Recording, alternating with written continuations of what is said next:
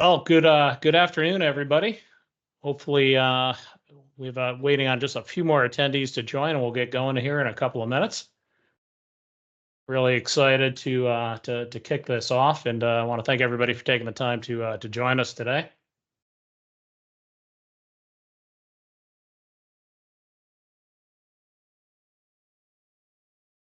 Just give it a. We're still seeing attendees joining in, so just give it one more minute here, and then we'll kick off.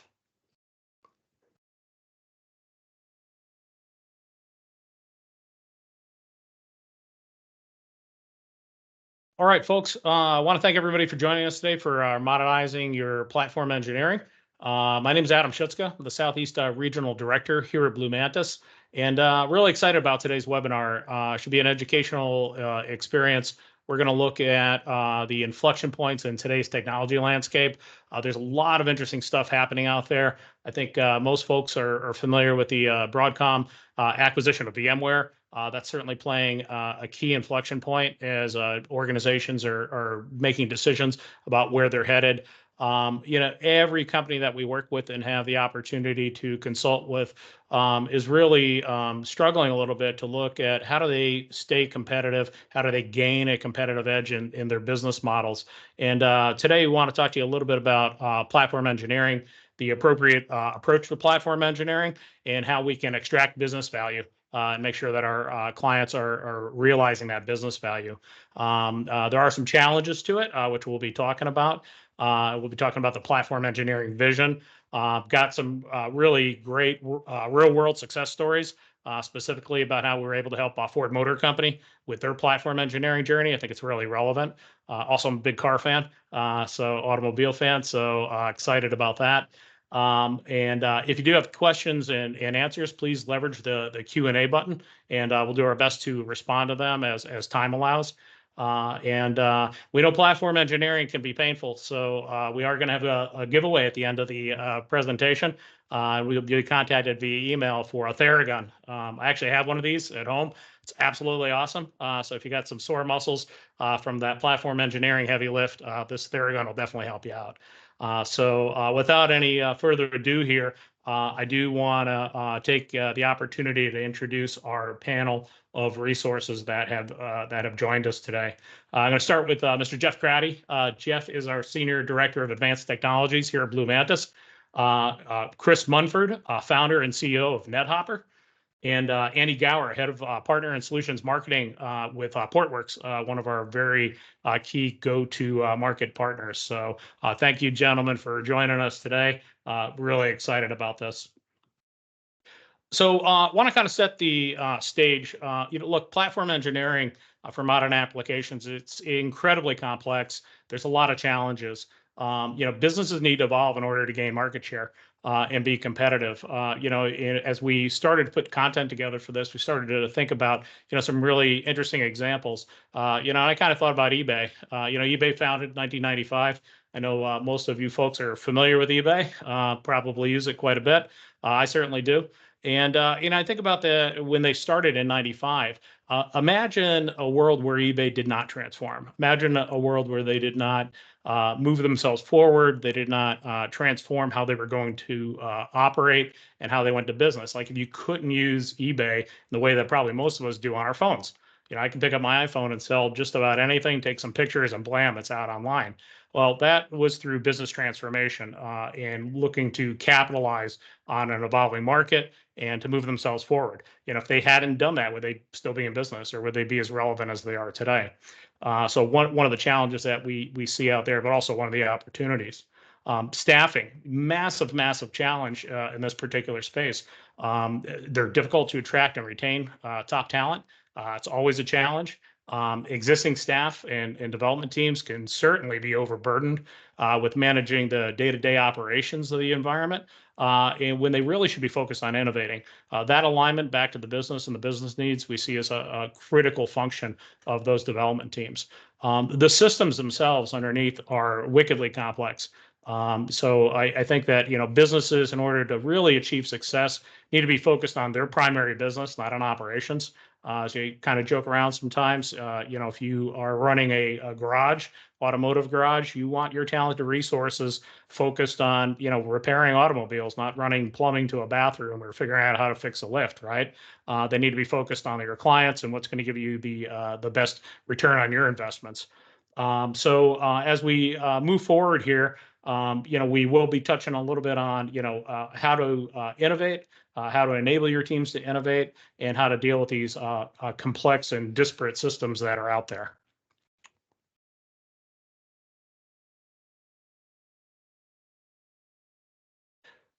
So Andy Gower wanted to lead in with you this complex slide that we have here, and folks, as we kind of discussed how we wanted to present some of the technology here, we want to use an analogy. As I mentioned before, I'm a car guy, so this was easy for me to discuss the complexities. And Andy, kind of asking you to maybe kind of walk everybody through this slide and kind of what you see here. Yeah, thanks. And first of all, thanks everyone for having me today.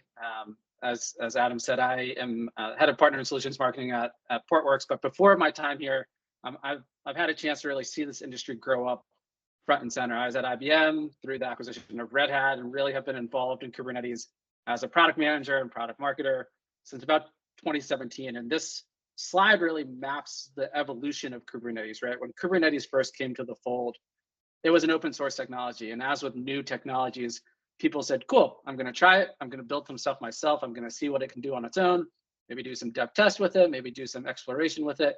And as they continued to see the value, they said, okay, well, if I want to make it a little bit better for my enterprise, I got to have monitoring, got to have logging, got to have dev tools and metrics and CI/CD pipelines. And it gets a little bit more complex.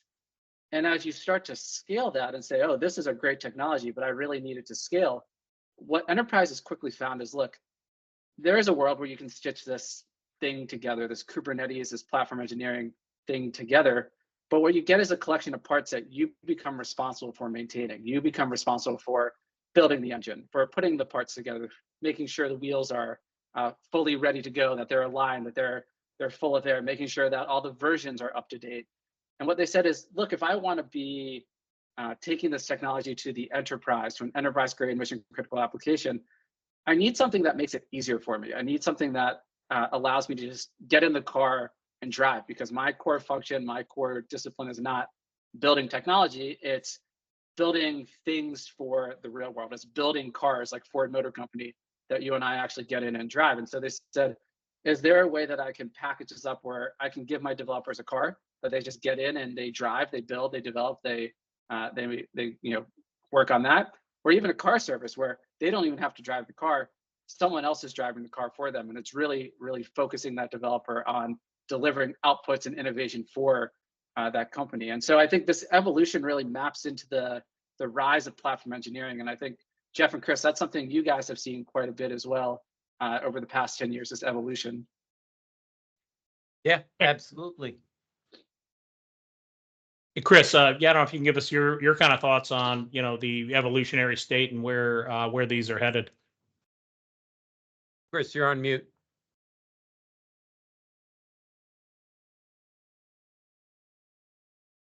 Mr. Munford, you're on mute. Of course I am. First of all, thanks for having me, Adam. And thanks for that great introduction, Andy. To add to what Andy said, back in 2017, when OpenShift was, really getting established, there were no options for to go out and buy a Kubernetes car. You had to build one yourself. It was the only way to go. And what people have not only discovered the complexity of trying to scale those environments, but if you look at the effort necessary to build your own car, many people estimate several years of effort across potentially dozens or more members just to build the car, and that's not even the driving it part. So there are options today that allow you to hit the ground running or hit the ground driving in a much easier way, where you don't have to rebuild things from scratch. You don't have to reinvent the wheel. You have a car that you can buy today and start driving it to the benefit of your business. Thank you, Chris. And Jeff, I know you've been working and building something pretty special here at Blue Mantis, and I won't steal your thunder, but what are your thoughts about one, the analogy and kind of where the industry's headed? Yeah, Adam, thanks for having me today. Very similar story. I mean, I was in a same boat back in the early days of Kubernetes as an early adopter, essentially trying to repurpose the skill set of software engineers to, figure it out, right? And what you experience in that situation is, sure, it's novel, it's neat, there's all capabilities you learn, but it's a super heavy lift. Like, it takes time for those folks to come up to speed. You make a series of mistakes, occasionally have an occasional outage, things like that, right? And when you're being compressed to deliver higher value at a higher velocity, creates a real challenge. And in my time here, as we've been partnered with NetHopper and Portworx to bring this forward. Ultimately, it comes down to why now, right? And why now is because the technology has progressed to the point of, hey, look, a lot of people have figured out how to use this. And if you leverage, a good tool chain with the right set of partners, essentially you get the limo service and somebody gets to drive you around the corner. And as Andy and Chris both mentioned, you get back to focusing on your core business. And that's really where we're starting to see value. That's I fantastic. think if I can jump in on that for 1 second, I think you hit an important point, which is that transition to the higher value applications is so important to this evolution, because it's no longer an application that an outage for a day or an hour or a minute you can kind of paper over and move on. We're talking banking applications that if they go down for a minute, that bank has to answer to a regulator to fines of tens, thousands, millions of dollars for that lost time. And so the importance of being able to focus on building the banking application or the insurance application as opposed to just the platform underneath is really important for businesses, so they can focus on their core strength and not on keeping the lights on and making sure it's working. That's fantastic, Andy. Yeah, no, I couldn't agree more. So one of the major challenges that we see out there, I absolutely love this slide. I look at kind of VMware and the opportunity to re-platform, and I'm wondering, how many of our clients out there are dying of dysentery on the Oregon Trail with VMware. So Jeff, why don't you walk us through kind of your thoughts around re-platforming? What does that look like, and what are some of the opportunities to enhance the organization's business function? Yeah, absolutely. So, as you know, Adam, right, we are having a lot of calls with our clients on the VMware transition, and there is previous experience here. If you've been in the industry for a while, you kind of know how these things go. Information is coming out late breaking. The rules of the game are changing. There's not a lot of democratized access to which direction this is taking. And folks are coming to us for advice, right? I mean, they say, hey, I'm seeing a 3 to 5x increase in my software license fees for the same stuff I had 10 years ago, right? And meanwhile, this evolutionary train of platform engineering and modernization has been moving along all the time. Folks are starting to ask themselves the question, like, hey, am I still getting the same value I used to be able to get from my virtualization stack? And here's the other thing that's on their mind. Is this the end? What's next? What's coming? Right? So again, I back to the question of why now. I think we find ourselves in a very compelling inflection point where the technology has progressed to it's easy to extract value, particularly when you have the white glove delivery service. And as you're starting to think about that next 18, 36, month horizon, people are asking themselves these questions. That's great perspective.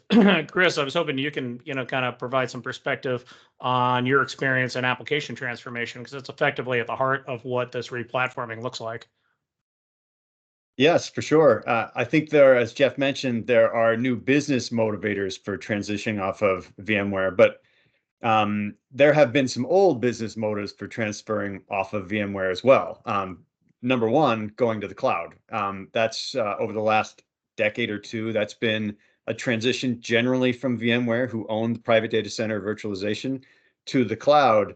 But the term lift and shift, lift from my VM on a private data center, shifted over to a VM in the cloud, has proven not as valuable as, that's kind of the first step that a lot of people make to the cloud. And when they're done with that transition, they often ask, this hasn't really changed how I operate very much. I used to run VMs there, now I run VMs there. Where's all the cloud benefits I was supposed to get, like producing apps faster, making them more agile, scale quicker? That didn't exactly happen. So when people in 2024 are looking for this transition from VMware potentially to cloud, private or public, they want to get more than just a lift and shift. They're looking at now, how can I also maybe take a skip step move, a double move, like in checkers, a king me move, where I can not only move off of VMware, but I can move off of virtualization altogether. And I can truly start to embrace some of these cloud native technologies like containers and Kubernetes. So we're finding that a lot of people don't just want the same old answers to how do I get off VMware. They want new and better answers because they want to extract the full value of the cloud. And we can help you take a look at your options there.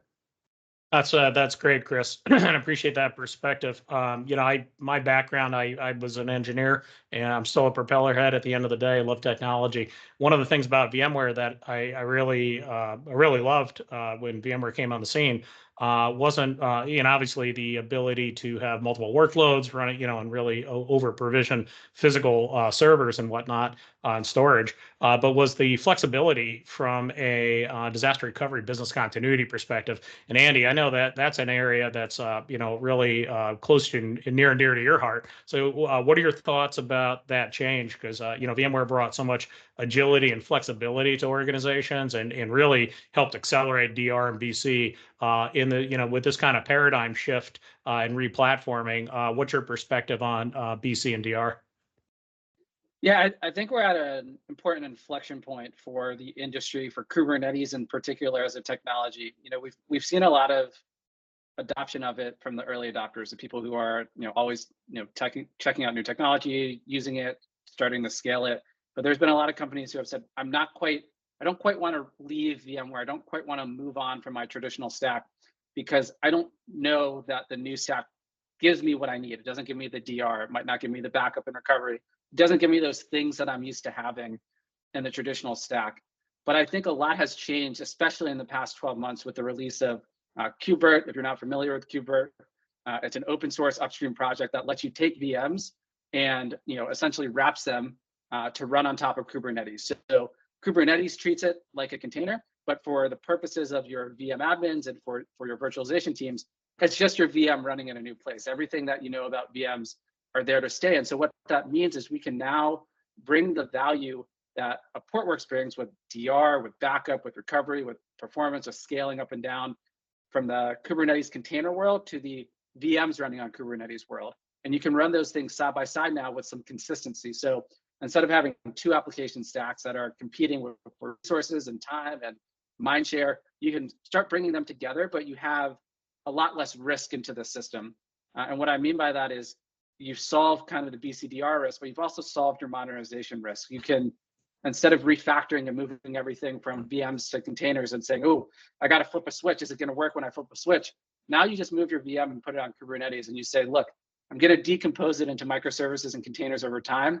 But as every step of the process, I have a fallback just to running that VM as I know it, as I use it in that KubeVirt platform. And that's a story we hear a lot from our customers. We've got a lot of customers who are looking at moving one or two, video application, monitoring application, et cetera, onto Kubernetes to decompose over time and start taking that transition in a more digestible way. That's fantastic, and you're mitigating a lot of the risk there, right? And also giving you the opportunity to develop a little bit better comfort level. That's great, Andy. Thank you. So, Chris, we've got a kind of a 1-2 punch here with these slides, and I know you want to kind of talk about them, but specifically, a lot of moving parts here. on this slide, and I'm going to fast forward to the next slide because I think this is certainly relevant about kind of what we offer and kind of where that differentiation happens. Sure, this is a complex slide, but the new cloud native software stack is complex. So it's hard to simplify it too much without throwing things away. Whether you're Ford Motor Company in the automotive vertical, or whether you're global finance, insurance, banking, retail, market vertical doesn't matter. If you're going through digital transformation, you absolutely have the top layer. And that's the most important one. That's the one that really matters. That's how your line of business or your business is going to thrive in their marketplaces, by producing better applications. But if you peer under the hood and look at the rest of the stack, there's several layers. At the bottom, I'll start at the bottom with infrastructure. This is what people have been talking about with the cloud, public and private, for a long time. But on top of that, you generally have a data protection layer that Andy mentioned, where you can provide business continuity and DR. Then there's a Kubernetes layer on top of that. And there are many different flavors of Kubernetes. Andy talked about OpenShift being a very popular one for private data centers, but all the cloud operators have one as well. And the new kid on the block is this platform engineering, this internal developer platform space that called platform engineering and operations here. And this is generally where the hundreds of open source projects brought to you by the Cloud Native Compute Foundation and others operate, to give you things like a cloud native CI/CD pipeline, or to bring you GitOps, or some network security tools, or some monitoring tools. These all live inside of Kubernetes in a modern stack. And the point of this slide is not to do an architecture review. It's to say that between the partners, Pure Storage, Portworx, Blue Mantis, and NetHopper, we can bring you everything below your applications. So you could literally come to us with just application developers, people who don't know anything about infrastructure and don't want to, people who don't know anything about Kubernetes and don't want to. And we can deliver a solution for you between us three partners that will allow you to focus on that top layer, your applications, and modernize and digitize your business. So those resources, those internal developers from a client perspective, really focused to what the business needs are, right? And really focused on delivering that experience versus dealing with some of the underlying architecture. Andy, I know a lot of the Portworx engagement happens kind of that data storage, data protection, database ready level. What are your thoughts about kind of this packaging? Yeah, it makes complete sense. What has evolved so much in the industry is, what do I need to think about when I build this stack, right? It used to be, first and foremost, I had to choose an orchestration layer. Then it became, I needed to choose an orchestration layer and security layer. Then it became, I need orchestration, I need security, I need storage, I need database protection, I need data protection as a whole. And so what this vision gives you is the ability to take all those choices or options, out of your brain. You don't have to think about which one do I need to select. You really, as you said, can focus on building applications and let there be a prescriptive way to go about this that's repeatable and works on any Kubernetes platform, any infrastructure, and just lets you build and run your applications. Fantastic. And Jeff, from your perspective, when you look at this, what do you see as kind of the accelerators here? Yeah, in a typical SDLC, every single one of the boxes below the application layer comes with some sort of cost, whether it's in terms of a direct cost or an implied cost via effort. So you have to go through, you have to do validation, there have to be POCs, there has to be qualification, integration, compatibility checks. That is a huge, heavy lift, a massive endeavor for an organization. And honestly, there's no good advice. There's competing vendors out there looking for your time and attention. They have different solutions, and they don't necessarily all hang together and fit together appropriately. So, for folks like me, who in my former role were dealing at the top layer, I'm always being asked to do more with less, right? And so I've got to put my resources to highest best use. 4 or 5 years ago, 6 years ago, had the technology evolved this far and there were great partners out there for me like NetHopper and Portworx, I would have pulled that lever in a heartbeat.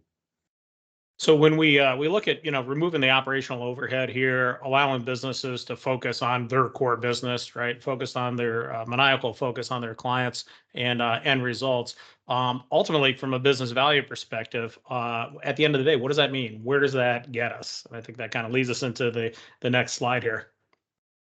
Yeah, exactly right. So what we're seeing with customers who have adopted this platform engineering in the IDP, right?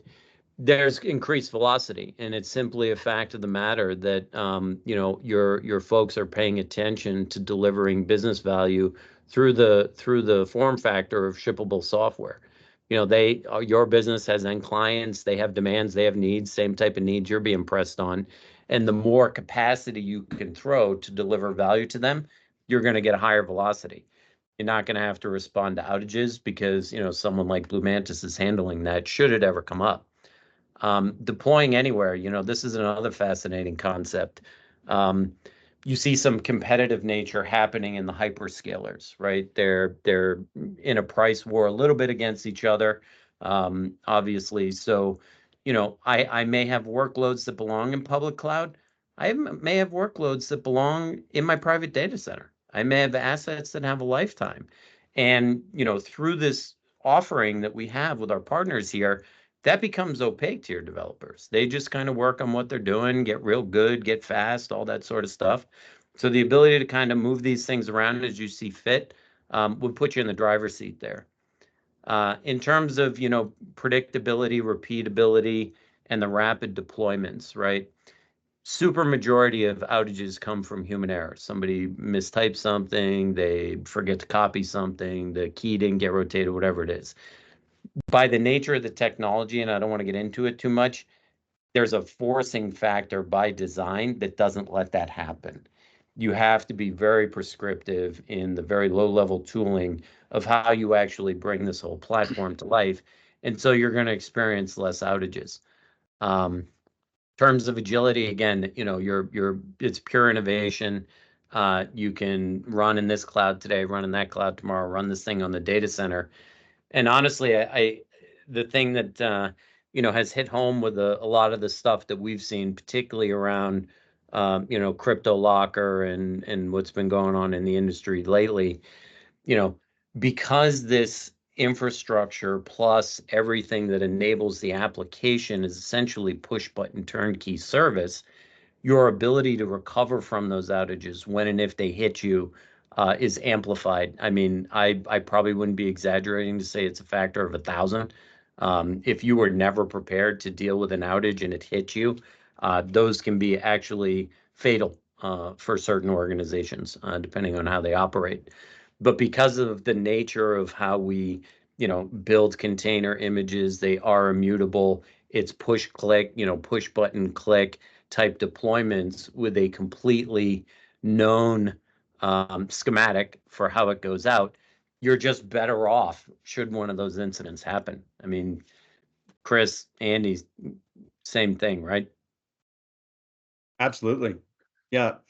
When I look at this slide, I think of these are all improvements mentioned on this slide.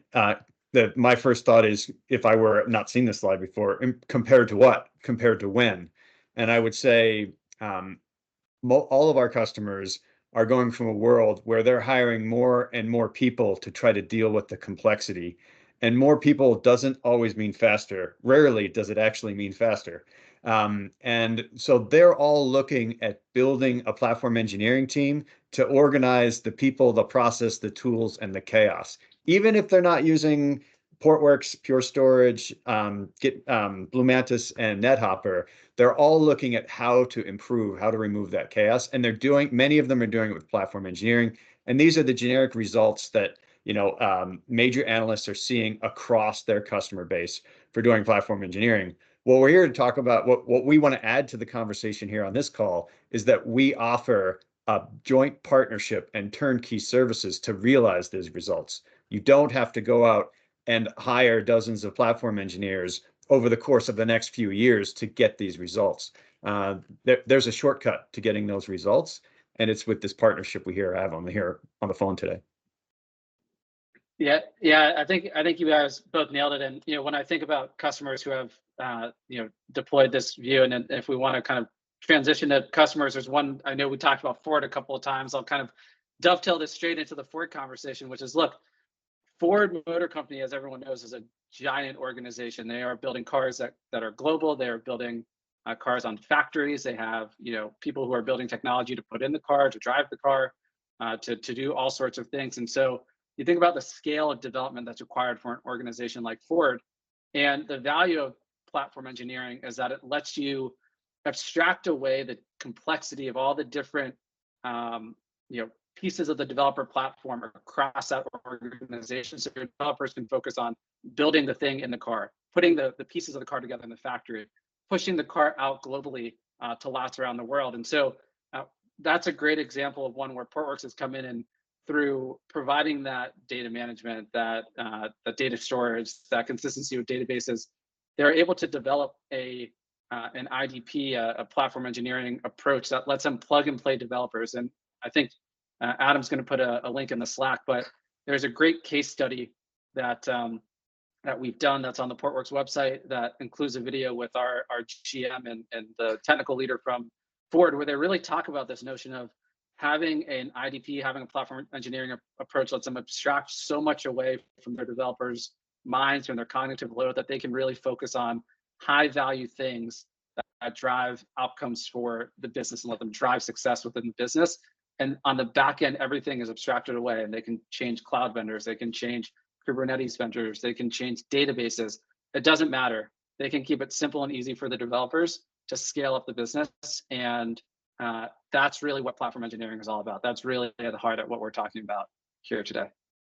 Yeah, folks, we're actually going to share an email out at the conclusion of the webinar that'll have links to the Portworx customer testimonials for Ford. Unfortunately, we're having a little bit of a technical difficulty, so I can't get that entered into the chat window right now, but you'll have that as part of the follow-up. We're going to, Chris and Jeff are going to talk about some additional customer success stories, but I just wanted to let everybody know, due to some non-disclosure agreements that we have with these clients, we're not able to share as much information as we were with Ford. Any customer that or anybody that's attending the webinar that's interested in getting additional information from some of these customers, talking to them, we have a lot of references we can do, will require execution of an NDA. So just wanted to say that up front. And Chris, I know you want to talk a little bit about financial services and where you've seen some tremendous applicability of this technology. All right, thanks for the reminder, Adam. I won't mention any names, but if you can provide a solution for Ford with this size and complexity of that organization, there's really almost no company you can't provide value to. Ford has all the options available to them, and they chose Portworx and Pure to solve the problem. But there are also companies just as that we can provide just as much value to in the financial services and other verticals. We have a large financial services customer that has a project. Well, Ford, before I leave that, probably has hundreds of applications. It's not one application team that's using the solution. So it can provide value across lots of their different BUs, business lines. Same can be said with financial services. We deal with a large insurance company that has hundreds of applications, thousands of application developers, and there's a lot of value they can extract from streamlining all of those different application teams. We have one customer that has a single project with hundreds of people on it, and they have looked at an analysis of the platform engineering options available to them, our solution, and they've said this will save us over 500 person years of development and operations just on upgrades. So, you can they spent a lot of years getting to the point where they made their first release into Kubernetes, but then realized, you know what, I'm going to be doing this every couple of weeks or days for the rest of eternity because my apps always need features. So if you spend all of your time doing upgrades, you're spending none of your time doing innovation and development. So there's a lot of, not only can it speed up and make you accelerate your applications and their features, but also it can reduce your operational overhead to operate in the future. Fantastic. And Jeff, I know in the healthcare space, massive applicability here. And I know you wanted to talk about some clients that we've done some work with.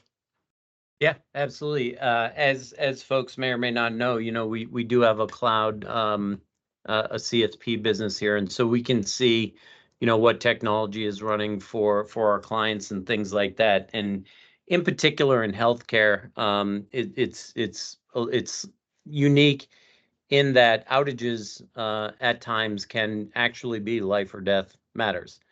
And I may get slapped around for saying this, but guess what? The public cloud has significant outages as well.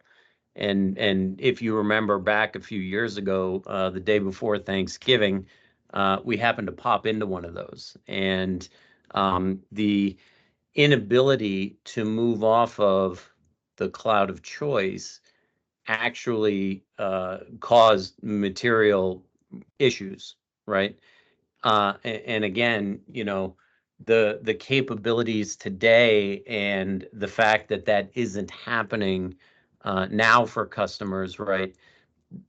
The approach of platform engineering coupled with the underpinnings of technology, they make you far less susceptible to said outages.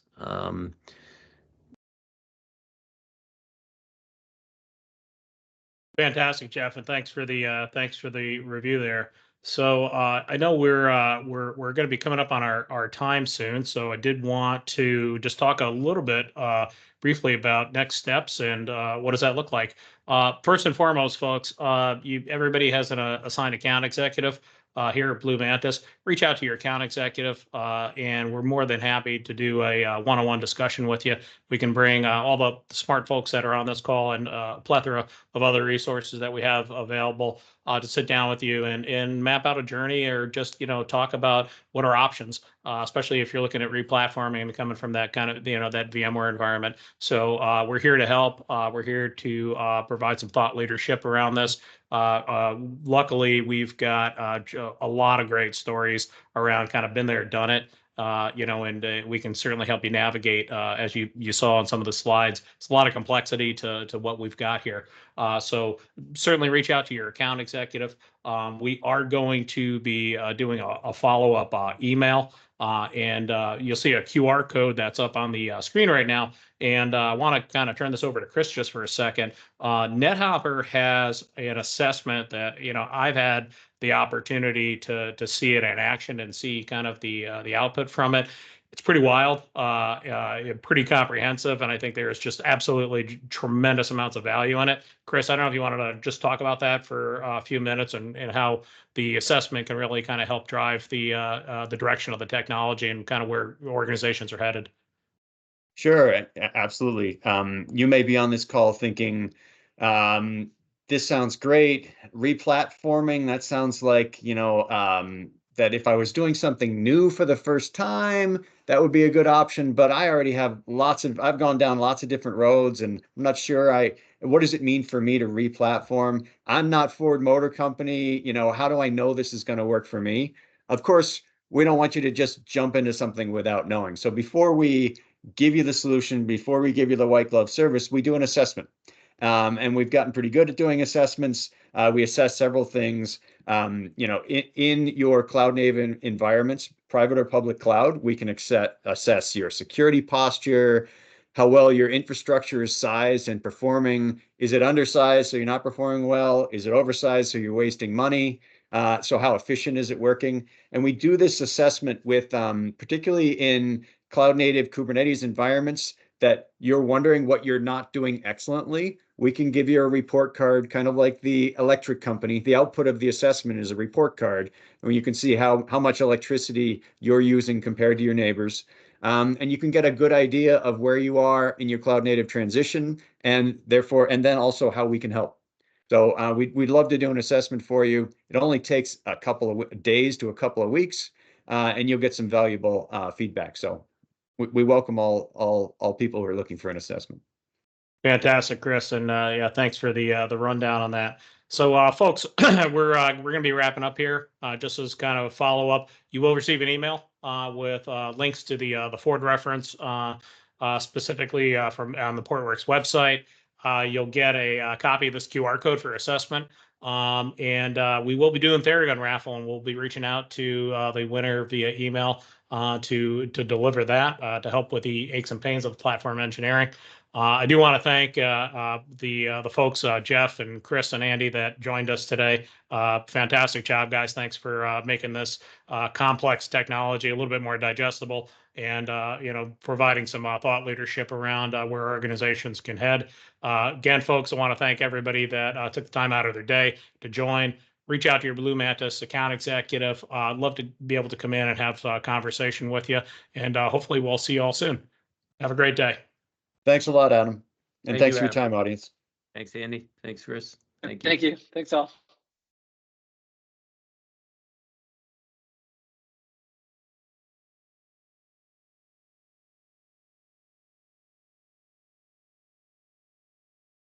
There we go. Good. I think we're good. Thanks, guys. All right. Hey, Adam, thanks, man. That was great. Andy, you killed it. Thanks a lot, man. Absolutely. Thank you. All right. See ya. Bye.